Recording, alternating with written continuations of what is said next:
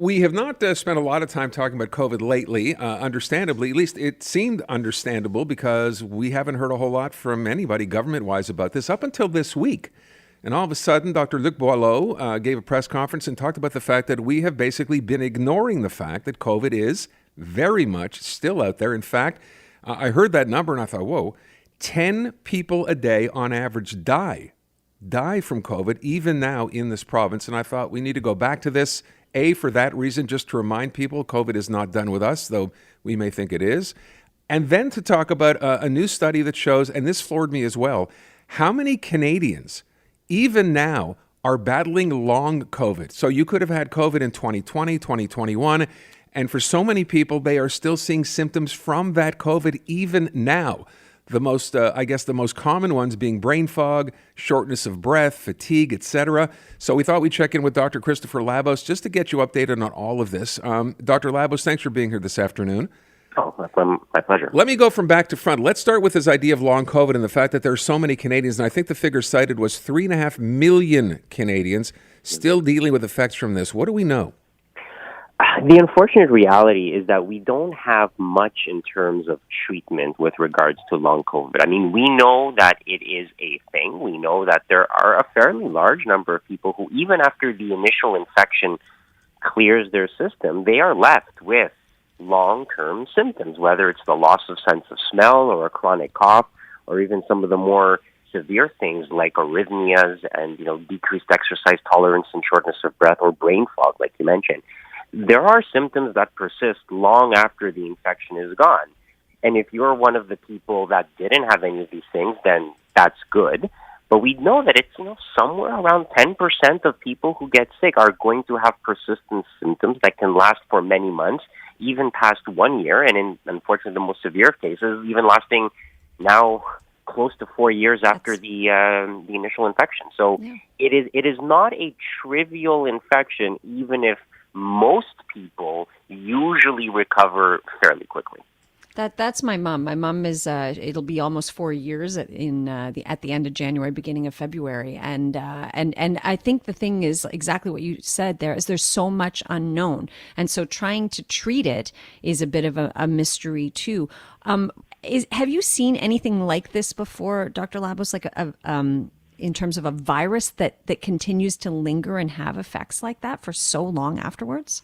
Well, to some degree, all viruses cause this. Like, it is not rare to see somebody who had, influenza and then was left with a persistent cough that lasted for weeks to months afterwards, and you sort of treat them as if they were asthmatic, even if they're not really asthmatic, because we know that the medications that we use for asthma, the inhaled corticosteroids, can help suppress the inflammation of your airway. So we had sort of seen stuff like this before.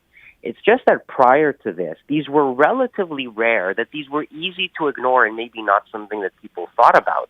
The reality of COVID is that because it was so widespread, what was normally rare became easily manifest. Like, if COVID had been a much more contained infection and you had, a few hundred people saying, I have these long-term symptoms, the unfortunate reality is that I think a lot of people would have just written them off and said, no, this is, this is unrelated to that infection you had a few months ago.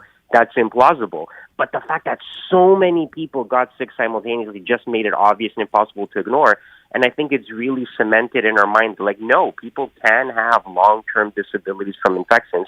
And that's not something that I think the medical community fully appreciated up until the pandemic happened. So, we're talking now about COVID, and I will tell you on this same day when I was, kind of looking through our notes today, I'm seeing the same thing now for the flu, and that's not something we've typically dealt with in the past either, right?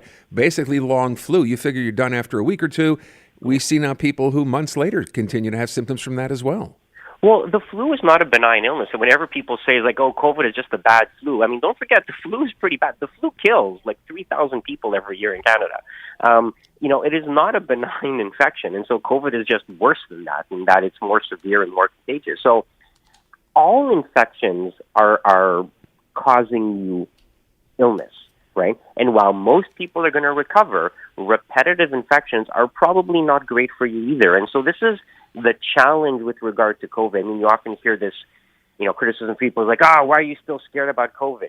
You can be mindful of a problem without being scared of it, right? You can acknowledge that COVID, influenza, and many of the other things, just regular pneumonias, just RSV.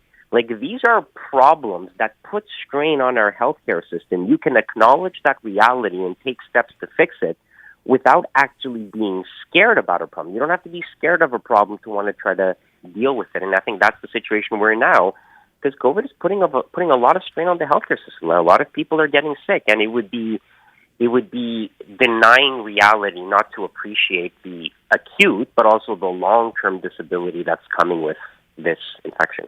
I'm wondering, Dr. Labos, so I know you just had COVID for the first time. You managed to avoid it for almost 4 years, and you're recovering right now. At what point do you start to wonder, okay, and same with the flu, I suppose, like, okay, it's been 2 weeks, it's been 3 weeks, it's been 5 weeks. At what point do you start to kind of worry and wonder that you are a long hauler in one way or another?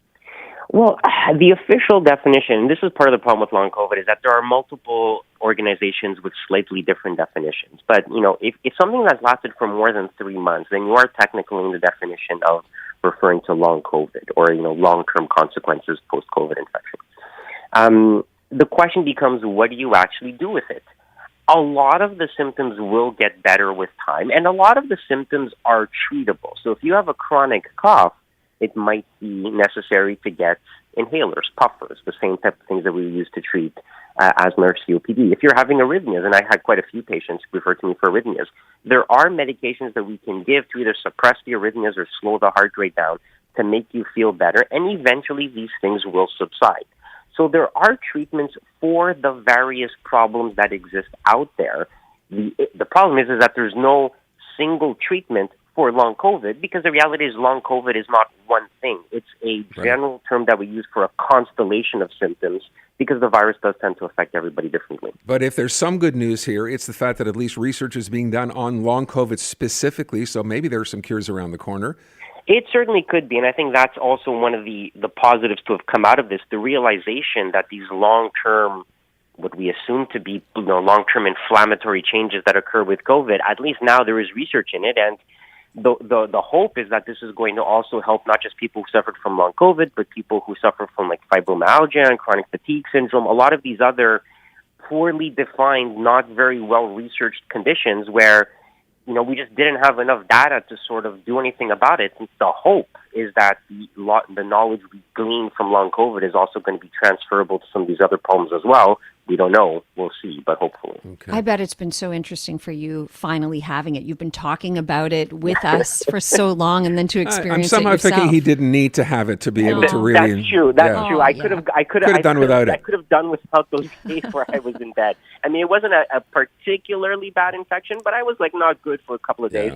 And I had to cancel clinic for about 2 weeks just because I figured it was probably a bad idea to infect my patients with COVID. So that was catching up on that delay in the workload as well. Can we just wrap up? And I know that the other day, Dr. Boileau basically tried to urge Quebecers, please go get your shot. It looks like we've all lost interest, right, in getting a flu shot or a COVID shot, thinking, no big deal. It is a big deal. The numbers are telling us that, so you want to let people know.